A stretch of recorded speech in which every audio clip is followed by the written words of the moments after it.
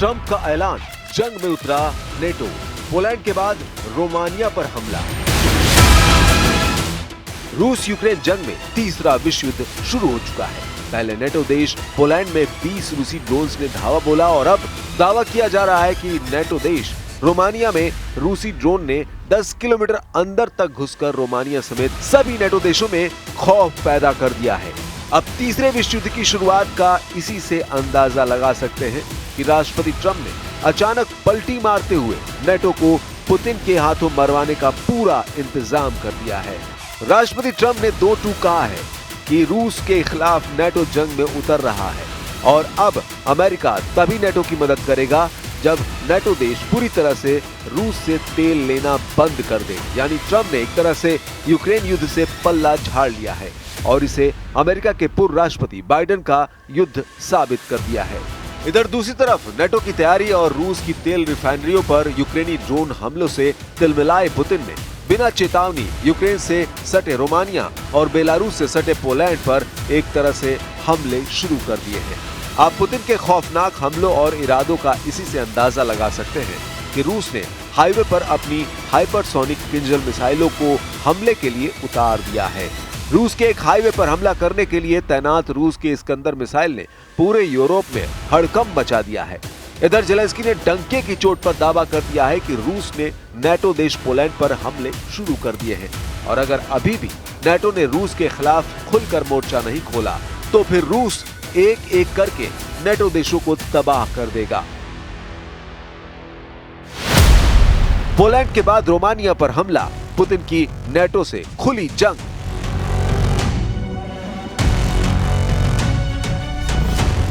रूस यूक्रेन जंग अब रूस और नेटो जंग हो चुकी है।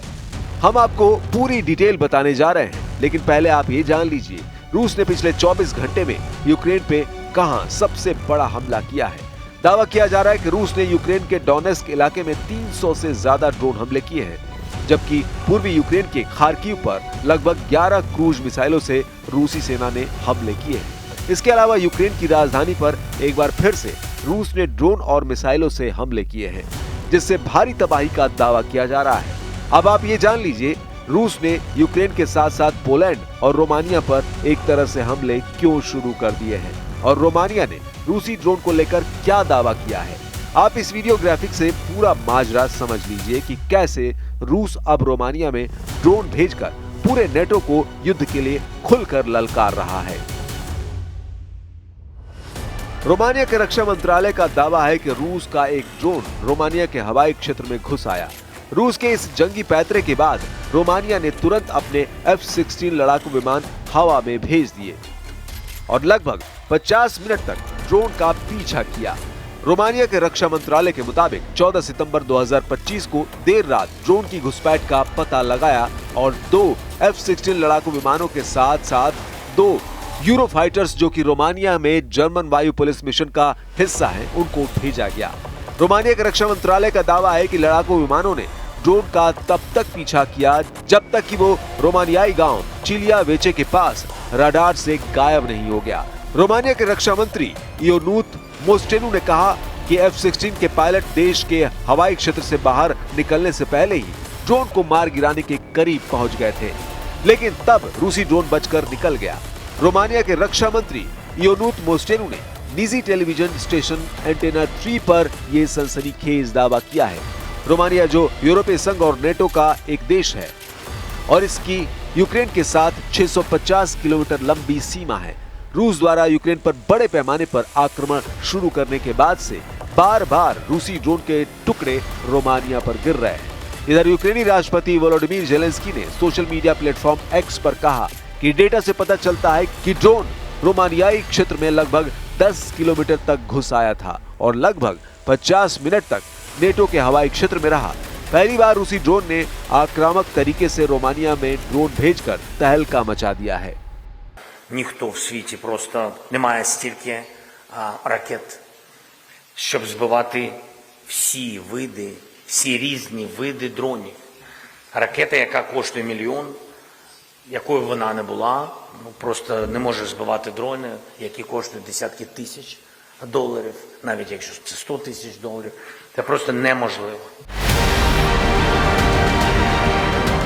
दूसरी तरफ रूस ने बेलारूस के साथ मिलकर ज़पाद 2025 सैन्य युद्धाभ्यास से यूक्रेन से सटे नेटो देशों में खौफ पैदा कर दिया है। खास तौर से यूक्रेन, पोलैंड, रोमानिया ज़पाद 2025 सैन्य युद्धाभ्यास को देखकर खौफ में आ चुके हैं। रूस और बेलारूस ने संयुक्त सैन्य अभ्यास ज़पैड 2025 शुरू किया है, जिसमें परमाणु क्षमता वाली आर्सेनिक मिसाइलों को भी शामिल किया गया है। यह अभ्यास बाल्टिक और बैरेंट सागर में हो रहा है, जिसका उद्देश्य सेना और क्षेत्रीय कमांड के बीच समन्वय को मजबूत करना है। रूस बेलारूस के इस संयुक्त सैन्य अभ्यास के कारण नेटो देश अलर्ट पर हैं और अपनी सीमाओं पर अलग अलग युद्धाभ्यास कर रहे हैं। इनमें 10 उत्तरी यूरोपीय नेटो देशों का टेरिसिस 25 और लिथुआनिया का थंडर स्ट्राइक अभ्यास शामिल है। पोलैंड ने भी आयरन डिफेंडर 25 नामक सैन्य अभ्यास शुरू किया है, जिसमें 30,000 सैनिक हिस्सा ले रहे हैं। लेकिन रूस के आक्रामक ज़पाद 2025 सैन्य युद्धाभ्यास की तस्वीरों को देखकर ऐसा लग रहा है कि युद्धाभ्यास नहीं बल्कि बड़े हमले से पहले की तैयारियां हैं। रूसी रक्षा मंत्रालय ने देश की सरकारी मीडिया तास द्वारा जारी एक बयान में कहा कि ज़पाद 2025 या वेस्ट 2025 नामक यह अभ्यास दोनों देशों की सेनाओं के बीच इस वर्ष के संयुक्त प्रशिक्षण के अंतिम चरण में है। 16 सितंबर तक चलने वाला ये अभ्यास बेलारूस, रूस, बाल्टिक सागर और बैरेंट्स सागर में रूस की पकड़ को बेहद मजबूत कर देगा। Успешно разным темпом, но практически на всех направлениях. Перечислять не буду, если вы представляете телеканал «Звезда», вы знаете названия этих группировок и направления их боевой работы. Как на это реагирует противник. Режим взаимодействия автономный. रूस ने 14 सितंबर बैरेंट सागर में एक लक्ष्य पर ज़िरकोन हाइपरसोनिक क्रूज मिसाइल दागी है।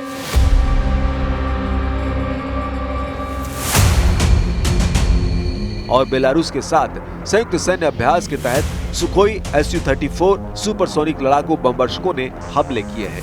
रक्षा मंत्रालय ने कहा कि बेलारूस के साथ रूस का ज़पाड 2025 या पश्चिम संयुक्त रणनीतिक अभ्यास 10 सितंबर को शुरू हुआ, जिसका उद्देश्य रूस या बेलारूस पर हमले की स्थिति में सैन्य कमान और समन्वय को बेहतर बनाना है। रूसी रक्षा मंत्रालय ने उत्तरी बेड़े के एडमिरल गोलोवको फ्रिगेट द्वारा बैरेंट सागर में एक लक्ष्य पर ज़िरकोन हाइपरसोनिक मिसाइल दागे जाने का फुटेज जारी किया।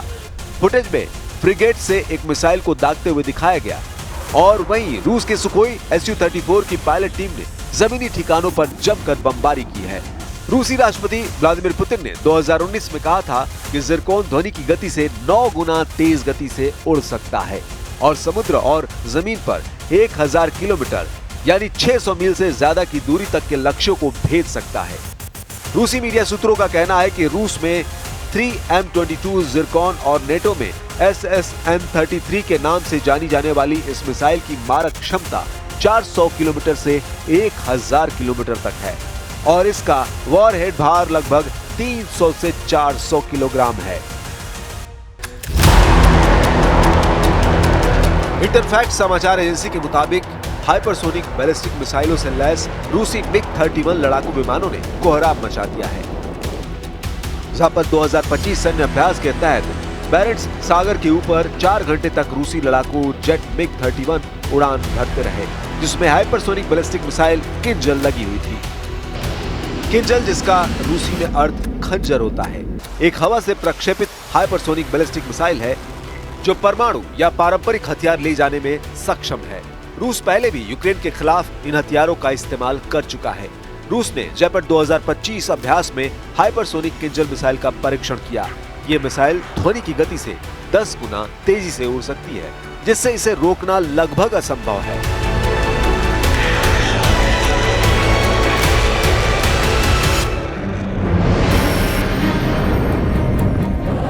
रूस और बेलारूस ने पश्चिमी गठबंधन के साथ बढ़ते तनाव के बीच 13 सितंबर को भी नेटो देशों के पास जमकर बम और मिसाइलों का इस्तेमाल किया। पोलैंड की सीमा के समीप इस युद्धाभ्यास की तस्वीरों को देखिए, ऐसा लग रहा है जैसे पोलैंड पर हमला शुरू हो चुका है। रूस यूक्रेन के सैकड़ों सैनिक, टैंक, तोप, लड़ाकू विमान, रॉकेट, ब्रिगेड इसमें भाग ले रहे हैं। Ми запропонували нашу допомогу, тому що патріоти Польщі в боротьбі з шахедами не допоможуть. І нікому не допоможуть. Це суто зброя проти балістичних ракет, передусім. 50-60 ракет сьогодні виробляє Сполучені Штати Америки, головний виробник в світі, цих ракет на місяць. Коли у нас б'ють 500-800 шахедів на день, зрозуміло, що патріоти не проти дронів. Патріот 2-3 мільйона ракета, дрон, шахет або герань тощо до $100 000, тобто таким проти цього не воюють. रूस पर प्रतिबंध की ट्रंप शर्त, रूस से तेल बंद करो नेटो। इधर दूसरी तरफ भीषण होती जंग के बीच राष्ट्रपति ट्रंप ने नेटो के सामने ऐसी शर्त रख दी है कि नेटो अब जंग में बुरी तरह से फंस चुका है। यानी अगर ट्रंप की नेटो ने नहीं मानी तो अमेरिका युद्ध में हिस्सा नहीं लेगा। ट्रंप ने तो यहां तक कह दिया है कि यूक्रेन जंग बाइडेन की जंग है, मेरी नहीं। जरा देखिए ट्रंप ने नेटो के सामने क्या शर्त रख दी है। अमेरिका के राष्ट्रपति ट्रंप ने 13 सितंबर को सभी नेटो देशों को ओपन लेटर भेजा है, जिसमें उन्होंने रूस के खिलाफ बड़े पैमाने पर आर्थिक प्रतिबंध लगाने की बात कही है। ध्यान देने वाली बात यह है कि आर्थिक प्रतिबंध एक शर्त के साथ लगाने की बात कही गई है। ट्रंप ने कहा कि ये प्रतिबंध तभी होंगे जब सभी नेटो देश एक साथ रूस से तेल की खरीद बंद कर दें और समान कार्रवाई शुरू करें। उन्होंने लिखा है कि कुछ नेटो सदस्यों द्वारा रूस से तेल खरीदना चौंकाने वाला है, क्योंकि ये अलायंस की वार्ता क्षमता और रूस पर दबाव बनाने की शक्ति को कमजोर करता है। ट्रंप ने सुझाव दिया है कि नेटो देशों को चीन के खिलाफ 50 से 100 प्रतिबंधित टैरिफ लगाने चाहिए, विशेष रूप से उन वस्तुओं पर जो चीन रूसी पेट्रोलियम खरीदता है। ये टैरिफ रूस यूक्रेन युद्ध खत्म होने के बाद वापस लिए जा सकते हैं। ट्रंप ये मानते हैं कि चीन ने रूस पर काफी प्रभाव रख रखा है और ये टैरिफ उसके इस प्रभाव को कम कर सकते हैं। ट्रंप ने कहा कि ये उनका युद्ध नहीं है, अगर वे राष्ट्रपति होते तो ये युद्ध शुरू ही नहीं होता। उन्होंने इस युद्ध को बाइडेन और जेलेंस्की का युद्ध माना है।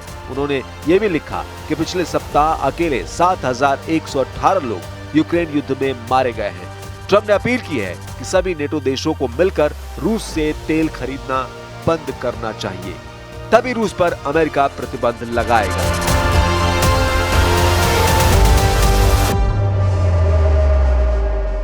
Тем более, что мы видим настроение действующей в США администрации под руководством президента Трампа. Видим их не просто призывы, а искреннее желание найти это решение. हमले को तैयार 40,000 सैनिक बेलारूस बॉर्डर पर कोहराम।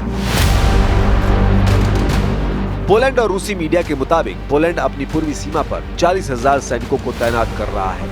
पोलैंड ऐसा इसलिए कर रहा है क्योंकि रूस और बेलारूस द्वारा आयोजित होने वाले जयपथ 2025 संयुक्त सैन्य अभ्यास बेलारूस सीमा पर हो रहा है। पोलैंड को डर है कि कहीं जयपथ 2025 संयुक्त सैन्य अभ्यास के बहाने रूस हमला न कर दे, इसलिए पोलैंड अपनी सीमा बेलारूस के साथ बंद कर रहा है।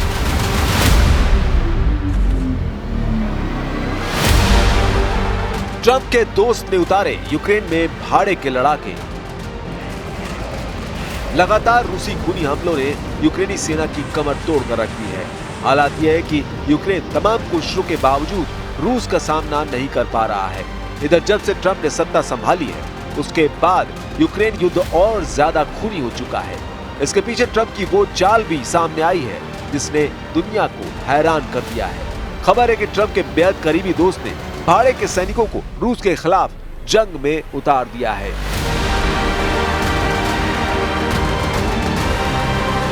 दावों के मुताबिक इस वक्त रूस के खिलाफ यूक्रेन में ब्लैक वाटर के संस्थापक और डोनाल्ड ट्रंप के गहरे दोस्त एरिक प्रिंस यूक्रेन में अपनी प्राइवेट सेना को उतार चुके हैं। इससे पहले रूस ने यूक्रेन पर अपने महंगे आक्रमण के लिए भाड़े के सैनिकों को उतारा था, जिसमें रूस का बदनाम वैगनर ग्रुप सबसे ऊपर था। खबर है कि रूस ने भाड़े के सैनिक एशिया और अफ्रीका के तीसरे देशों से बुलाना शुरू कर दिया है, जिसमें से सैकड़ों को मोर्चे पर भेज दिया गया है। कुल मिलाकर हालात ये हो गए हैं कि रूस नेटो देशों पर हमले तेज कर रहा है और नेटो अभी भी रूस पर बड़ा हमला करने से पहले अमेरिका का मुंह ताक रहा है।